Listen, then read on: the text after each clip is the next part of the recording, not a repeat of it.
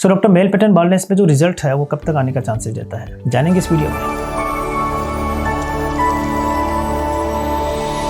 Hello दोस्तों, doctor Jahangir this side and काफ़ी बार मेरे पास में ये क्वेश्चन रहता है कि डॉक्टर मेल पैटर्न बाल्डनेस का मैं ट्रीटमेंट ले रहा हूँ, हेयर लॉस का ट्रीटमेंट ले रहा हूँ, लेकिन इसका रिजल्ट अभी तक नहीं आ रहा है। और जब मैं इनसे पूछता हूँ तो उनका हिस्ट्री होता है कि डॉक्टर मैंने 2 महीने वहाँ पे ट्रीटमेंट लिया, 2 महीने उस डॉक्टर से ट्रीटमेंट लिया and finally I am just teaching to you.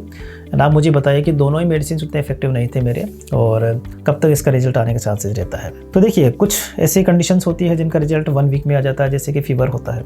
कुछ ऐसी कंडीशंस होती है जिनका रिजल्ट आता है 6 मंथ्स में, जैसे कि कोई मान के चलिए जैसे कि टीबी का जो दवाई होता है रफली 6 मंथ्स तक लेना होता है। उसी तरह से जो मेल पैटर्न बाल्डनेस है उसमें 2-3 चीज़ें आपको समझनी पड़ेगी। एक होता है एक्सेसिव हेयर फॉल। ओके, जब आपका एक्सेसिव हेयर फॉल होता है इसका मतलब है कि आपका जो साइकिल है उसको साइकिल को बैलेंस करना है।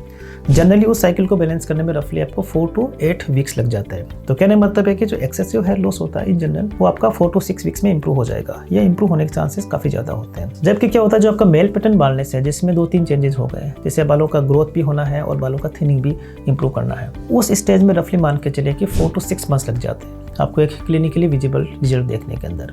लेकिन कितना रिजल्ट होगा, वो 5% होगा या 50% होगा, ये इस बात पे डिपेंड करता है कि हमारा दवाई कितना अच्छे से काम कर रहा है और हार्मोन का असर कितना ज़्यादा है।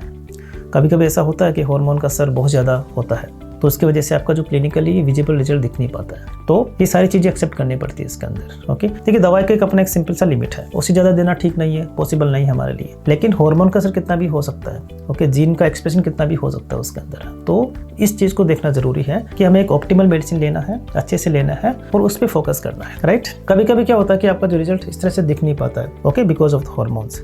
बट इसका मतलब ये नहीं कि आप दवाई बंद कर लें, दवाई बिल्कुल बंद नहीं करना है। अगर आपको फॉलिंग कम हो रहा है, आपका लॉस कम हो रहा हो, तो भी तो फायदा है आपके लिए। इसलिए दवाई न लेना तो बिल्कुल अच्छी बात नहीं है। अगर आप हेयर लॉस की बात करते हैं, हेयर ट्रीटमेंट की बात करते हैं, तो आपको इन जनरल आपको दवाई लेना चाहिए, मेडिसिन लेना चाहिए, थेरेपीज लेना चाहिए और उसको कंटिन्यू करना चाहिए। तो एटलीस्ट आपका जो बाल्डनेस है वो तो अच्छे से पोस्टपोन हो सकता है।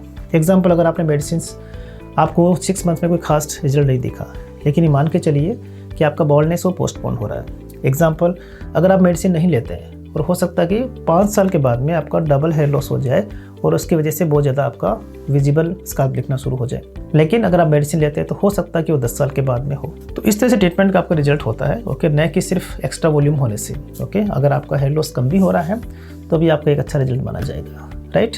और आपका किस तरह का वो रिजल्ट आ सकता है या फिर आने की संभावना होती है, ये आपको एक बार डॉक्टर एग्जामिन करेंगे, आपका हेयर की जो क्वालिटी देखेंगे और स्टेज देखेंगे, और ये सब देखने के बाद में वो कुछ हद तक वो बता सकते हैं कि किस तरह का रिजल्ट आने का चांसेस रहता है। लेकिन ये ज़रूर है कि थेरेपीज हमेशा एक अच्छी इफेक्टिव मानी जाती है और उसको लेना चाहिए अगर आप बालों के बारे में बात करते हैं तो ये था इसके बारे में। Thank you so much for watching this video.